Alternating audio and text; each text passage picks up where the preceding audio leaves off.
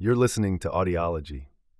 Support our work on Patreon and be sure to submit your requests for topics in the comments below. Introduction.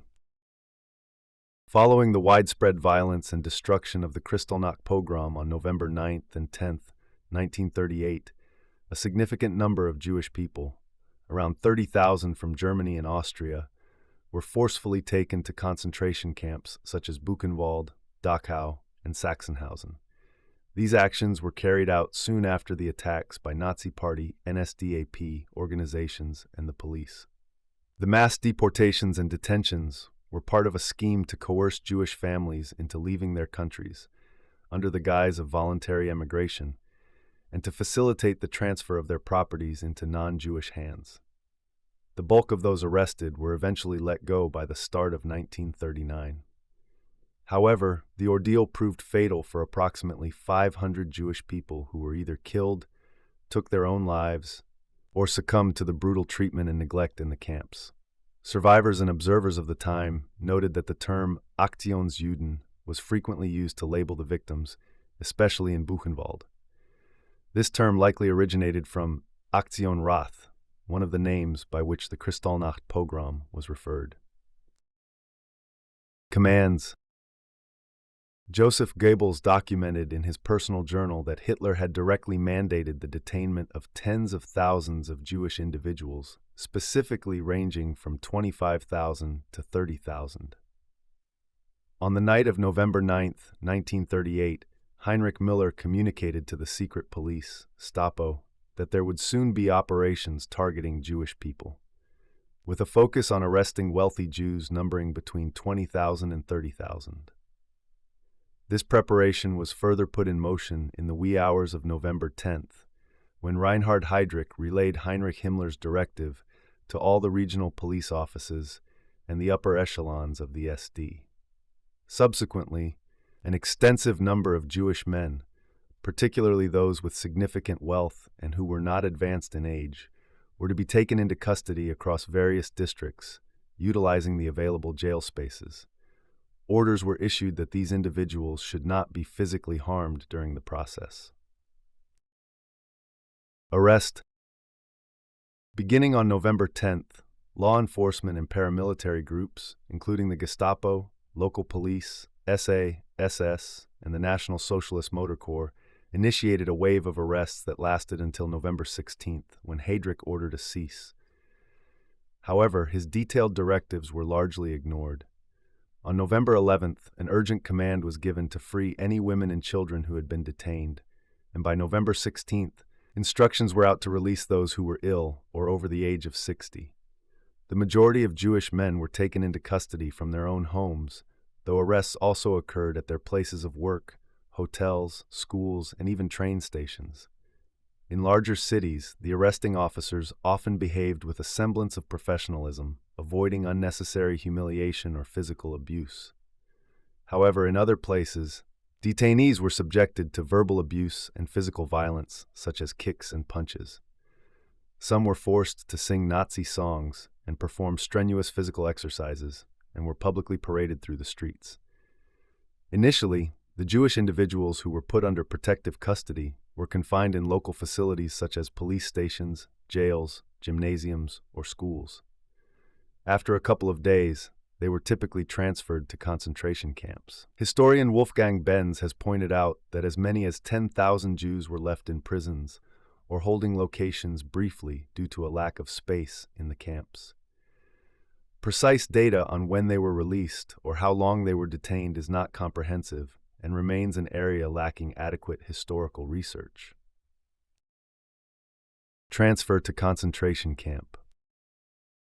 Following the night of widespread anti-Jewish violence known as the Pogrom Night, the majority of detainees were sent to the concentration camps at Dachau, Sachsenhausen, and Buchenwald within the initial 2 or 3 days. Additional groups from Vienna were brought in on November 22nd. Those selected for action, known as Aktionsjuden, from Berlin were transported directly to Sachsenhausen's entrance by truck.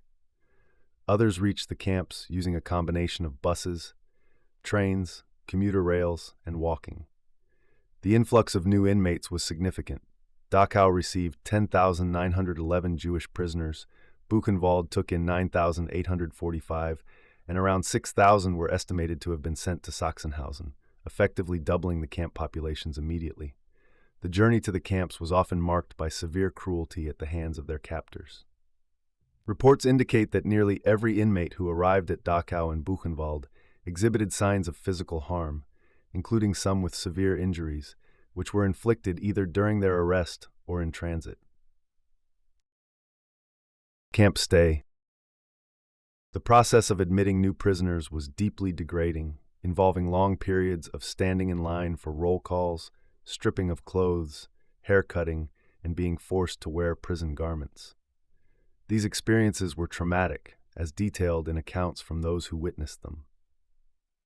Personal dignity and social status were stripped away upon entry, leading to feelings of humiliation, lawlessness, and powerlessness. The living conditions at Buchenwald were appalling. In 5 overcrowded, dark barracks, each meant to house 2,000 Aktionsjuden, Jews arrested during specific roundups, there were no sanitary facilities at first. The prisoners' days were punctuated with 3 lengthy roll calls that could become grueling ordeals, especially during inclement weather. Additionally, the prisoners were subjected to pointless and strenuous activities as a form of punishment. In the Dachau concentration camp, the situation was dire as well, with the recorded death toll climbing steeply and disproportionately compared to other periods. Parole. The length of time people were incarcerated varied significantly. Starting from the end of November 1938, between 150 and 250 Jews, known as Aktionsjuden, were let go each day. By the 1st of January 1939, there remained 1,605 Jews in the Buchenwald camp and 958 in the Sachsenhausen camp. Those released, the Aktionsjuden, reported confusion over the lack of clear rules or reasons for who was being let go. On November 28, 1938, orders were given to release youths under 16 years old, as well as those who had fought at the front.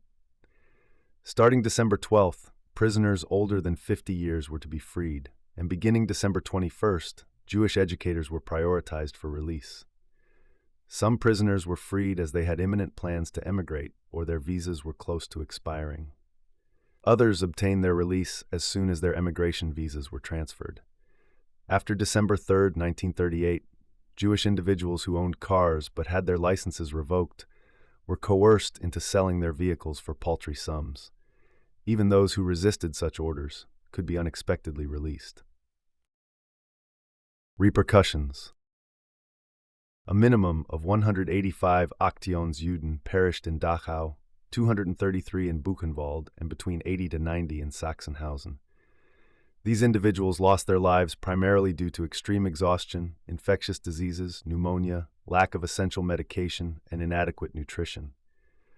Numerous survivors fell ill as a direct result of the horrendous conditions in captivity, and many were still suffering from these ailments even after being freed.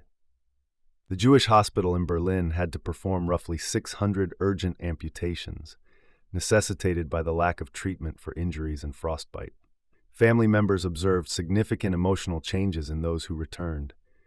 Many exhibited muteness, sleep disorders, anxiety, and feelings of humiliation, a stark reflection of the dehumanizing treatment they had endured and their encounters with utter helplessness and the absence of any legal protection. The process of organized emigration degenerated into a frenzied escape. In a desperate bid for safety, families were split apart, choosing to flee individually to other countries or ensuring at least their children could leave Germany. Through the Kindertransport initiative, around 18,000 children found refuge in the United Kingdom, Belgium, Sweden, the Netherlands, or Switzerland.